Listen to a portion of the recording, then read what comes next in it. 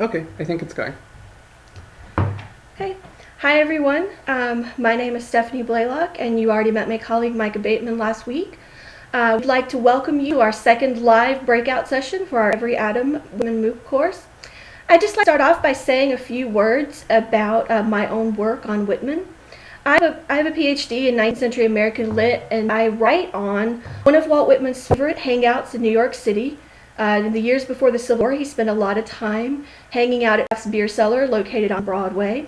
Pfaff's is where he met a group of men and women, actors, artists, and writers, who call themselves the first American Bohemians. And I'm interested in Whitman's interactions with the Bohemians in that community and how that interaction impacted his poetry, and also in the history of Pfaff's restaurant and its owner. I work on Whitman's fiction primarily right now. That's my most recent project. Some of you might know that Whitman wrote short stories in the 1840s, most of which were published in a prestigious literary journal for the time, the Democratic Review. I've written an article for the Walt Whitman Quarterly on that, and I am interested in the reprinting and circulation of Whitman's fiction, so where he was being published at home and abroad. And if any of you have questions about Whitman's fiction or about Pfaff's, I'm happy to take those today, in addition, of course, to talking about the sessions on democratic poetry and the sections of Song of Myself that we were reading for today. So the breakout session today is going to cover our two course sessions from this week on main characters and democracy. And I'm going to just start with a brief recap of those two sessions from the week. The first session was on main characters, and in this session you'll recall that Ed Folsom and Chris Merrill talked about the I and the you, the poetic persona, the I, that is made of the same atoms as the reader, and the you, that singular and plural pronoun that is always a single reader and every reader of the poem simultaneously. At different times it seems to become the soul, the grass, and what that pronoun is referring to seems to shift throughout the poem. The topic of the second session for the week were the broad concepts of democracy and Whitman's imagination of what that democratic process, always a work in progress for Whitman, would have looked like in Song of Myself. And we talked a good deal about his expansive and inclusive cataloging. We've seen a lot of action on the discussion forums, particularly related to the catalogs. Some people writing their own catalogs, experimenting with poetry themselves. And we also talked a good deal in the sessions and on the discussion board about some challenges that democratic ideal that Whitman put forth faced, like the Civil War, the nation divided, those things that troubled Whitman's vision of a unified and democratic America. Great, so I think I'm just going to go ahead and start taking questions from the session page. So if you have questions as we go along, put them up on the session page, and I'll be refreshing my browser, and we'll try and get to as many as possible. I think we're going to start with one of the more general questions, and certainly one that's sort of encapsulating of things we were talking about this week. C. Belia writes, "There's a lot of talk about democracy. I'm not clear on the meaning of the term, especially as used by Professor Folsom and Professor Merrill. Is there a clear and succinct definition of the term?" That's a really great question, and I'm not sure that this is going to be a clear, succinct definition of the term, but I'm gonna make an effort to take on this, because I feel like this is a broad question for a really broad topic for Whitman. For Whitman, one of the things that I saw that was most interesting in the discussion forums that seems to speak to Whitman's idea of democracy was this idea of how, at one point we talked about how the grass might mean compassion, and that really struck me in the forums, because I think compassion is a large part of Whitman's democratic ideal. Whitman seems to have drawn some of that, or he seems to have gotten some of that compassion or empathy maybe from some 19th century reform movements. I'm thinking of the temperance movement. When I think of Whitman and democracy, I think of his efforts to incorporate a lot of voices, his efforts not to condemn different individuals, but his efforts to really be inclusive of all voices. And one of the places that comes up, I think, getting back to the temperance movement that I started with, is Whitman was really interested in the Washingtonian temperance movement. And what was different about that from other temperance movements is that the Washingtonians really emphasized compassion and brotherhood, reaching out to individuals who drank too much alcohol. Whereas some of the previous movements, such as that were run by ministers, would have condemned those people. This movement preached really reaching out, helping to give them a hand up and to come back into the nation, into that model of the nation where they're becoming productive citizens. Okay, so I think that's one way in which Whitman sees democracy. I think, of course, there's the modern sense of the term, the idea that all the eligible citizens in a government are participating in that. They're either directly or indirectly related in the process of making, incorporated in the process of making laws. And I think that comes up in Whitman as well. But I think he's doing that on a level of bringing in all these voices. I think that's what's most important for him. Cool. Here's one from Subhadeep. Hi, Stephanie. What do you think of Whitman's conception of international poetry? He is international, but each time his words speaks of America, its land, its streets, its people. How does he manage to be open to the wide world, yet remaining in his roots? What's your opinion on his sort of relationship to international poetry? Blake talked a little bit last week about some of the sort of more radical poets in France at the time, being Baudelaire or Rimbaud. What's your take? Well, when I was reading this, I was taking I took the question to mean the ways in which Whitman sort of makes Song of Myself an international poem, where he intends to incorporate international voices into this poem. And I think one of the things that I noticed is that when I was teaching Song of Myself during my experience in Germany, when I taught at TU Dortmund University the last couple of years, my students often said, they would read this poem, they would say, this poem is about America. It's entirely about America. It's American nationalism. Where's the room for, anything outside of America? And when it comes to writing an international poem, I think Whitman would have seen the America that he was writing in as an international place. He would have seen this as an international poem because the America he was talking about was already always international. If we think about the immigration movements, people from Germany, Ireland, France, that Whitman would have encountered on the streets of New York when he was crossing Brooklyn Ferry. For him, these people were a part of the America. They were a part of his everyday city in New York that he would have experienced. He loved words in other languages. Sometimes we'll see his words from French coming up in his poems. So we get the sense that he made an effort to incorporate words from other languages, that they were that these international peoples were a part of his everyday experience. He also, I think Whitman was also writing from a particular place. He was not someone who had traveled abroad, so he would have to have gotten his information from the people around him. So he would have talked to people on the omnibus. He would have talked to people on the ferry. He also talked to people at Pfaff's beer cellar itself. And this would not have, of course, been applicable to the first edition. I mean, he was writing the first version of what would become Song of Myself in 1855.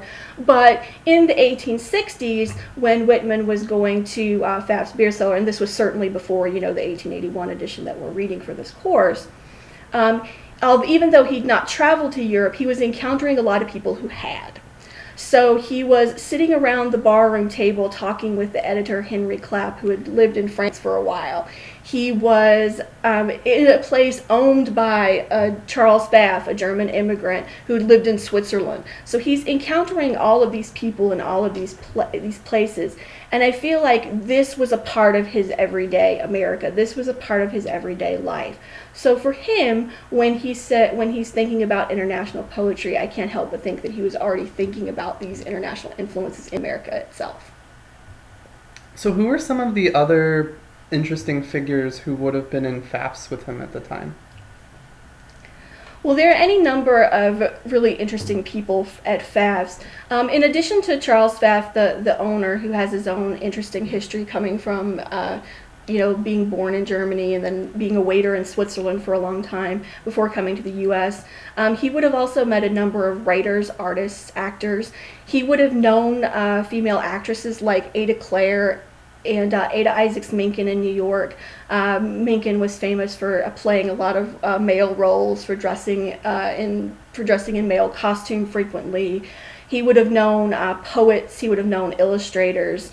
There was Henry Clapp. He was the kind of a leader of the group. He was the editor of the New York Saturday Press, and Henry Clapp printed Whitman's poetry in the New York Saturday Press newspaper. He printed parodies of Whitman's poetry. He kind of thought that there was, no bad publicity if people were parodying and making fun of your poetry. It's still all publicity, right? It's still getting your name out there.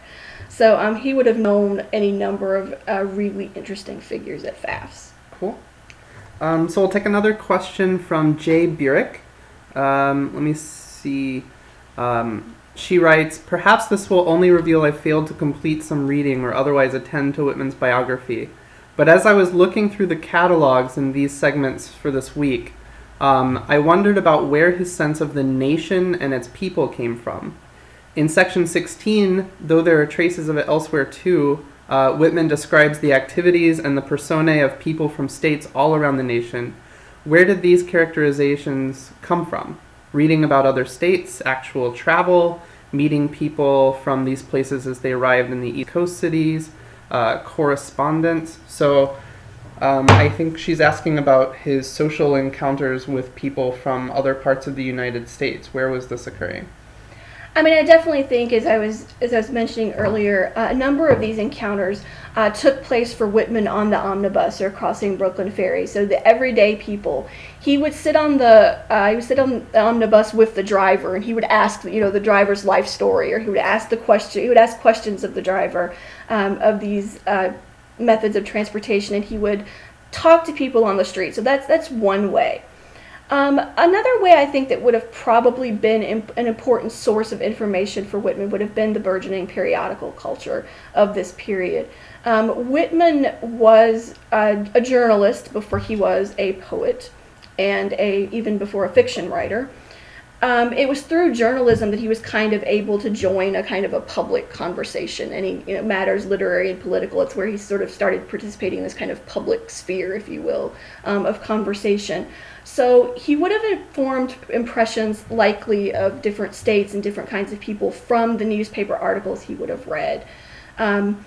Often periodicals would reprint items. A number of periodicals in the 19th century, especially newspapers, were and literary journals as well, were kind of miscellanies, which means they printed items from here and there and from all over the place. So you might have an article about a lost cow in Kentucky next to the weather forecast next to one of Whitman's short stories. So this is the kind of items that Whitman would have encountered in his newspapers. He would have had access to newspapers from different states in New York, and he would have also had access to articles from different states that were reprinted in New York newspapers. He would have had access at Pfaff's beer cellar to newspapers that were printed all over the world, and sometimes they were. He would have had access to newspapers from France, say, that might have been in French. He could have talked about them and read them with French speakers in the beer cellar. He also corresponded a great deal with other people. I don't know how many letters are actually extant from this period, like other people writing back to Whitman, but I know that, for example, in 1840, when Whitman was writing to Abraham Paul Leach, he was doing a great deal of very minute description of the community of Woodbury. So if Whitman is engaging in this kind of description of small communities, I would imagine that it wouldn't be, it wouldn't be unreasonable to speculate that people writing Whitman would have been talking about the same kinds of things, would have been talking about their own communities. I think it's also important to remember that Whitman probably also learned about different kinds of cultures from his travel. In 1848, he did take a trip to New Orleans. He accepted a job working for the New Orleans Crescent. He went down to the city in Louisiana with his brother. And they lived not too far from where they might have actually witnessed slaves being sold at auction, and he would have encountered French speakers, planters, businessmen, any number of people in New Orleans. So I think it's actually a combination of all of those things that Jay Barrett was talking about that would have been some explanation for the origins of these catalogs.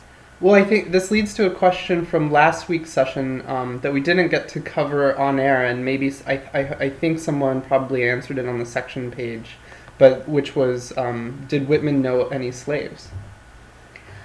Whitman has some notes. I posted some on the forum about, there's one diary note where he talks about not necessarily having known a person while they were enslaved, although he does talk about his ancestors having owned slaves.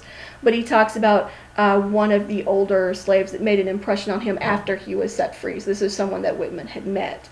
And definitely, if he is in New Orleans and he is, witnessing a slave auction, whether or not there's a personal interaction, there's a sense of seeing that person, of feeling a compassion for them, and of, just witnessing this event and being impacted by what it was like to see, another body, human flesh being sold at market. Right.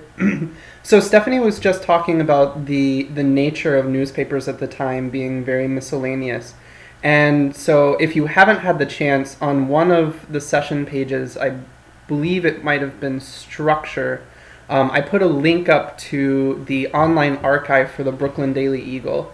And even if you don't want to access it through the course pages, if you just Google Brooklyn Daily Eagle online, they've archived a lot of their newspapers, especially from the 19th century, and you can search for it by date. And you might even want to search for some of the ones when Whitman edited that paper. Yes, he was an editor for that paper, and during the time, just to draw your attention to one item you might be interested in November 1846, a reprinting of Whitman's, it was first published as Franklin Evans. It's published for a second time, serial installment, says Fortunes of a Country Boy. This is Whitman's temperance novel, although in this version, Fortunes of a Country Boy, edited so the number of the temperance themes have fallen out along the way, and what we're left with is still the tale of Franklin Evans, the protagonist, to make his way and make his living in New York.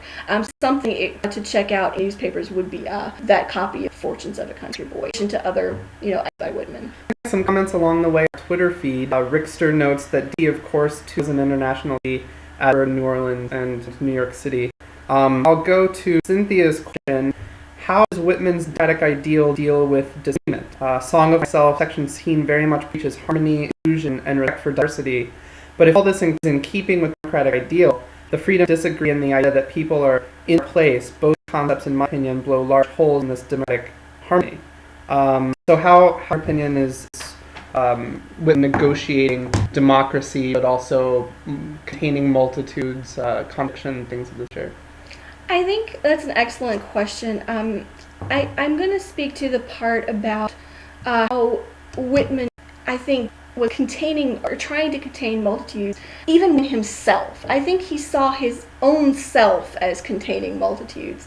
I think he had his own set of contradictions. There were, certain elements of reform movements, for example, temperance, that he really liked, like the compassion I was talking about earlier.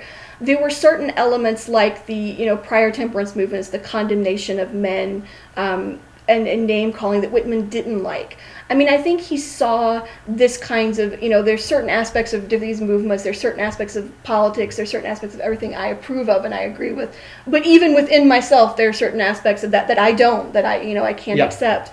And I think when Whitman says, well, if I contradict myself, I contradict myself, then he's speaking to that particular, moment right there, that he's saying every individual does contain these contradictions. And in an effort to, he's making these catalogs in this poem and really an effort to incorporate all these voices. But I think he realizes, too, that as he's doing this, every single, person that reads this, every single character that appears, there are contradictions within that individual. And he's trying to allow for that, I think. Okay. One quick question. Jan Ben just wants to get a spelling of FAFs, presumably, so she can search it. Correct me if I'm wrong, it's PFAFF. That's exactly right. And if you're looking up FAFS, you might want to look at Lehigh University's website, the Vault at FAFS. You're involved with that, right? Yes, I am. I am an associate editor for the Vault at FAFS, and I've been working with that website for a couple of years now. And it's there's a lot of good information there. There are biographies on those men and women, Henry Clapp, Ada Clare, that I was talking about earlier. And so if you want to know more about those people's lives and that Whitman would have encountered there, that's a really good resource. So please check out the Vault at FAFS. Great. Okay, from M. Gallagher writes, while an undergrad back in the early 80s, I heard that Whitman was a nurse during the Civil War and that a superior had confiscated his book. The TA went on to say that Grant had gotten wind of Whitman's poems being taken and managed to get them back to him. Any truth to these stories? Well, Whitman did work in the Civil War hospitals. He was a hospital volunteer. He had no formal medical training, so he would not have had the actual training of, say, a nurse or a doctor. He had no formal training. He went into the hospitals and he would read to the soldiers. He would read, letters to them. He would write letters for them. He would bring them some. There are moments in his journalism where he talks about bringing soldiers oranges and ice cream.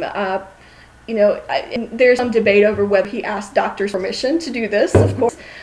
This is why some of the nurses in the hospital were not particularly fond of Whitman. They saw him coming in day and night. He was there all the time talking to the young soldiers. He was always, having them talk to him or reading to them. And I think the nurses had concerns perhaps that he was not letting them rest, that he was not letting them recover. So sometimes Whitman was seen as a bit of an annoyance in the hospital. As far as confiscation of his book, the one moment that I can think of that might also be a reference to is when James Harlan confiscated Whitman's, found a copy of Leaves of Grass in Whitman's desk when he was working in Washington for the Bureau of Indian Affairs, and found this copy of the book and thought that it was immoral and indecent and immediately dismissed him from his position. And this is when William Douglas O'Connor and some of Whitman's supporters, rise to his defense. So some truth to some of those things, yes. Yeah. Do you have any more background as to how Whitman negotiated a government post while also remaining Walt Whitman? Well, in this government post, what Whitman was doing was largely sort of signing documents. His signature actually appears on a number of these documents through this Bureau of Indian Affairs. And in recent years, there's been Ken Price out of the University of Nebraska-Lincoln has been working on collecting some of these documents with Whitman's signature. So he's actually sitting there getting a chance at least to read all of these documents and see, what elements of politics or what elements of the culture are being discussed in these. So although I won't comment or speculate on how that might have actually went directly into his poetry, I can't help but think that working with these documents and being this kind of office did influence the way he was writing. Yeah, I think I did recently see a sort of call to arms for everyone to be on the lookout for some of these government documents because so many of them have not been recovered yet. And I think I put a link to that up on the Facebook group for those of you who are on the Facebook group. All right, let's take a question.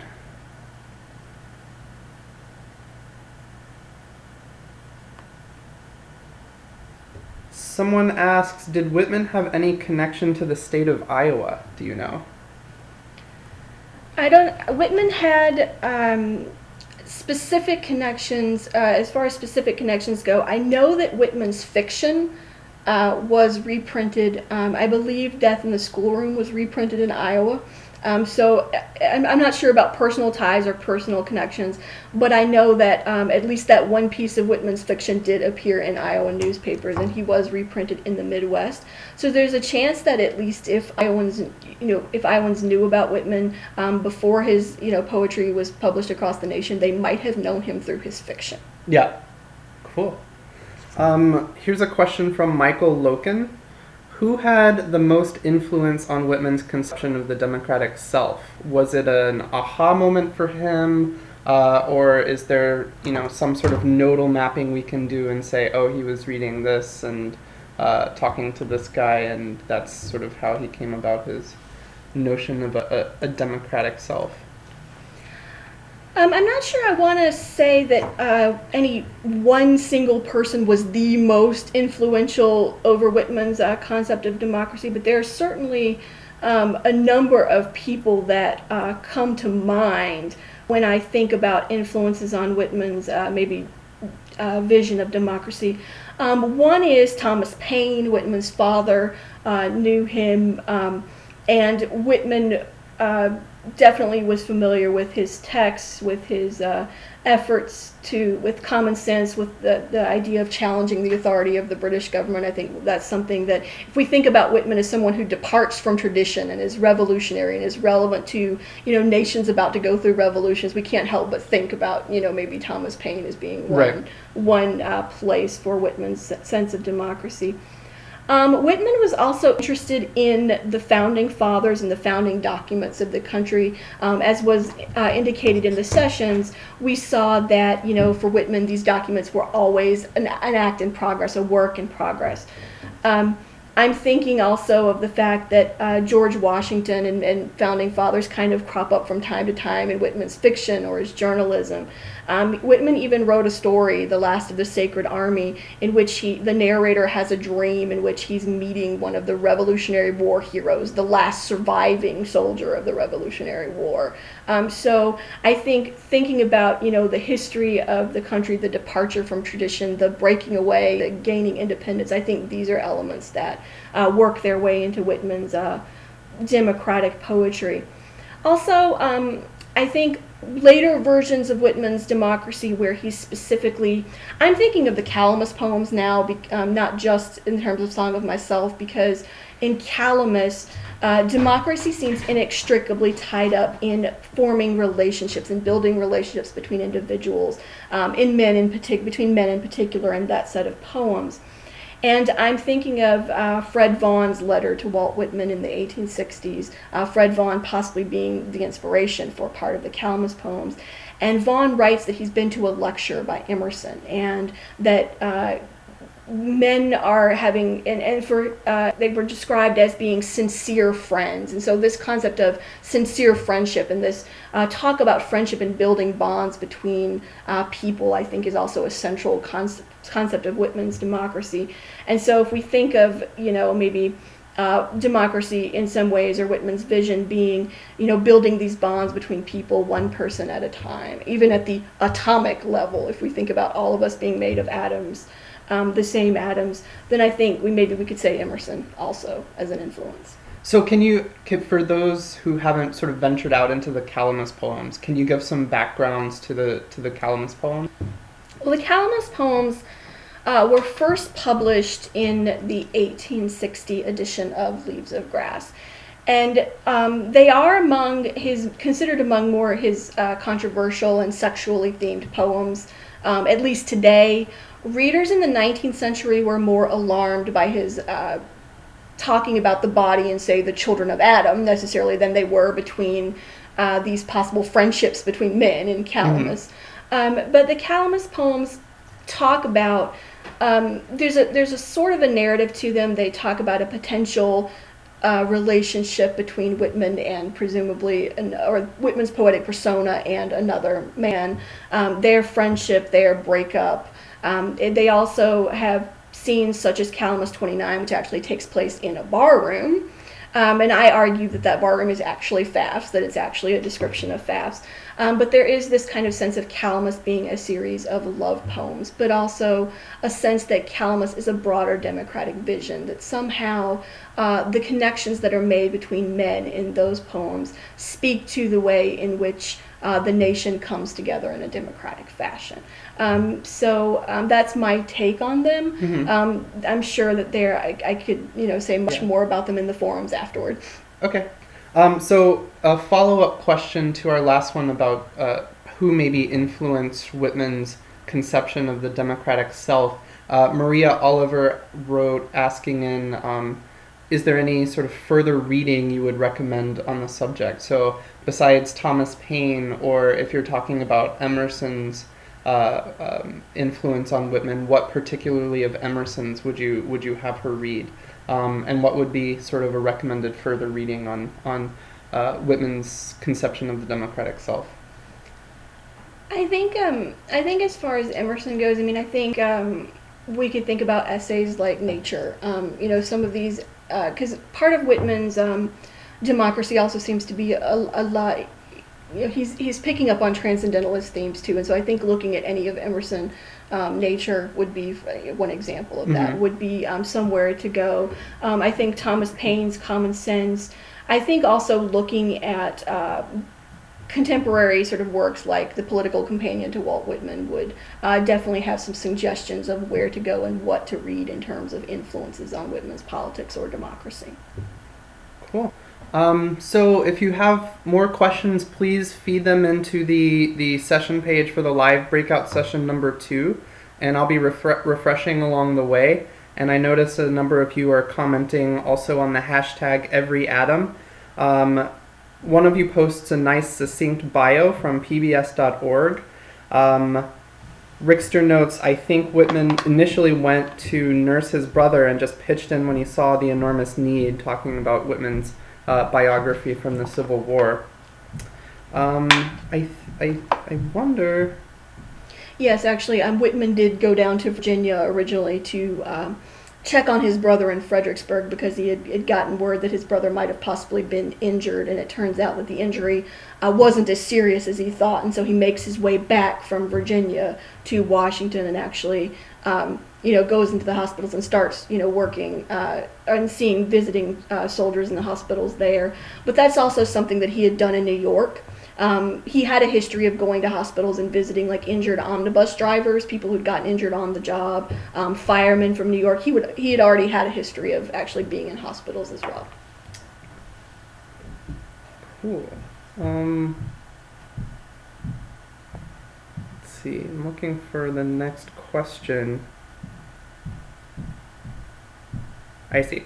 Going Home asks, while Whitman's life work in Leaves of Grass seemed largely about breaking through prejudice and celebrating diversity, he was a human being who must have been goaded and tested. Did he express sustained dislike for any individuals or groups, or if he had long-term enemies, who were they, and did they get him in hot water or the other way round? Thanks. So Going Home is asking if Whitman disliked anyone, if he had any enemies. Well, Whitman, I'm sure that Whitman certainly disliked some of the writers or some of his critics. I'm not necessarily going to call them enemies. He definitely had those who didn't like him, who didn't understand him. I'm sure he felt the same way about others. I would say that when he was, for example, when he was a journalist, the editors of the newspapers that he worked for didn't care much for Whitman because he was the kind of employee that would show up at noon or 1 in the afternoon. He would go out for long walks rather than sit at his desk and write the articles for newspapers. His editors thought he was lazy, So I can imagine that he, didn't love this criticism that he was getting from these people. He also was, of course, parodied in the New York Saturday Press, and I'm not sure how he would have felt about that at times. I'm sure that any publicity is good publicity, but then I'm sure at times to have your work parodied, your poetry parodied, made fun of in a newspaper that had national circulation was, probably not the greatest. One of those reviews, one of those articles, for example, published, I believe, in Cincinnati, called, Whitman the unclean cub of the wilderness. And that review may have been, even though it was a criticism, it may have been co-authored by Whitman and Henry Clapp itself. It might have been a self-review. So in some ways, Whitman perpetuated his own, not only championing his own work, but he perpetuated his own criticism, possibly for publicity.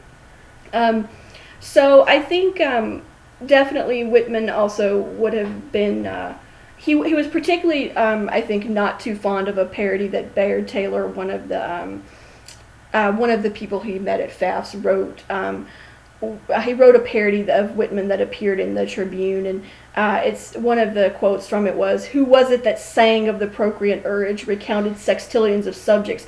Who but myself, the cosmos, yawping abroad, concerned not at all about either the effect or the answer." There's a story that says that Whitman really did not like that parody, and that he detested Taylor after that appeared. He certainly did not have fond memories of James Harlan, who dismissed him from his post in Washington.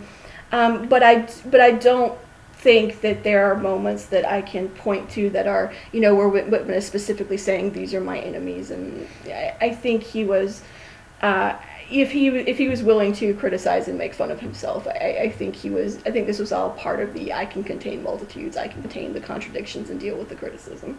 Sure. Strain B says, "I have a question concerning the so-called promiscuous you. How does the reader's investment change insofar as the use of you the reader, you the grass, you the democratic community, you the mob, that is not the me myself, varies? Can we speak of variable distance between you and me? Does reading Leaves of Grass involve a constant shift in the reader's attitude Whitman adores to play with?" That's a really great question, and for me, I definitely do pick up on that sense of variable distance. Sometimes I feel, when this exchange between the I and the you, when, sometimes I feel very personally addressed, and sometimes I feel as if I'm kind of, a step back from that, watching the catalogs go by, watching the scene. I think Whitman makes us throughout this entire poem to feel, I'll borrow the language from the forums for the couple of weeks, in and out of the game at once. And I think this is a constant moment, because we have to keep in mind that sometimes, we as the readers, as the you, feel like Whitman is addressing us very, very personally, that he knows something very intimate about us. But we take a step back and we have to say, wait a minute, he also knows that about everybody. This is every reader that he's speaking to on this level of intimacy, taking, every reader into his deepest confidence. So I think there is always this kind of distance, in the sense that you are at once being personally addressed, and then you are at times just one in any number of readers. And for me, I think that continues throughout the poem. For me personally, I feel like, for example, in section 1, I feel like we share something in common. I feel like we share atoms, we share, family. He talks about his heritage. His family is, he's born of parents born here, from parents, here. And for me, that speaks to me. I'm from a small southern community where family and neighbors are really important. So as a someone reading this, that section really speaks to me. I feel very close to him there. But then when we get to, something like the catalogs, I kind of feel this is happening at a distance, like I'm watching something that happened, or trying to see something that happened a long time ago, that I am not in that immediate moment. And for me, there's a definite disconnect. So I think for me personally, it kind of moves back and forth, that sometimes I'm there and really engaged, and sometimes I feel far removed from that experience. Mm-hmm. Great. Subhadeep asks, "Stephanie, I want to know also, how do you think Whitman used his words in sketching his thoughts, his senses, his views? Does he alter from the traditional path of poetry writing?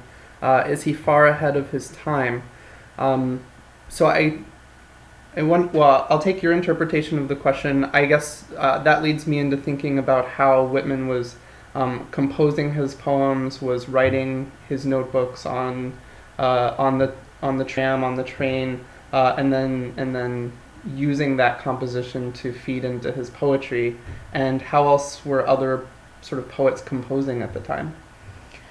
I don't have a lot of the background in knowing exactly the process of writing for other poets, but I do know that for Whitman, it seems unique in a way that he is incorporating these kinds of everyday sites and catalogs. We could also talk about Baudelaire and the scenes of the city, and but for Whitman, incorporating the scenes of the city that he's looking at every day. It's almost like he's taking a journalistic technique, like something he learned as a newspaper journalist, this idea of reporting and incorporating that into his poetry. And I think that speaks to some of the ways in which he's using, words he would have used, in his journalism to actually, come into the poetry. Yeah. So, I mean, it seems like the sort of movement in modern poetry is toward a poetry of the city. Were there any of Whitman's contemporaries who were still writing the sort of country pastoral poem? I'm sure there are many 19th century poets who are falling to this, I mean, I would be I'm not necessarily thinking of country pastoral, but more I'm thinking of, poets like Longfellow or poets, who are writing in a very particular kind of style, in a more traditional way, who had, more traditional rhyme schemes. Poets who, there were other poets who, were writing about, writing nature, writing in odes, writing these kinds of more pastoral structures. Whitman wasn't doing that. He was writing these, long lines, these sort of characteristic long lines, and really, I think in some ways departing from the kinds of structures that had come before.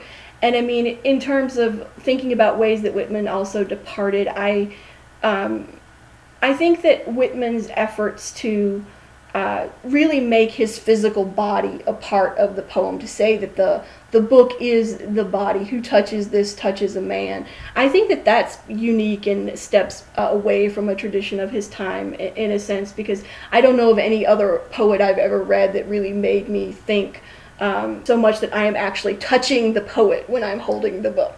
Sure. It seems people's video feed is dead.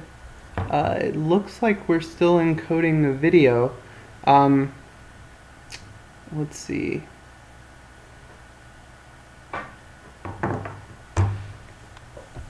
I think our internet connection somehow failed.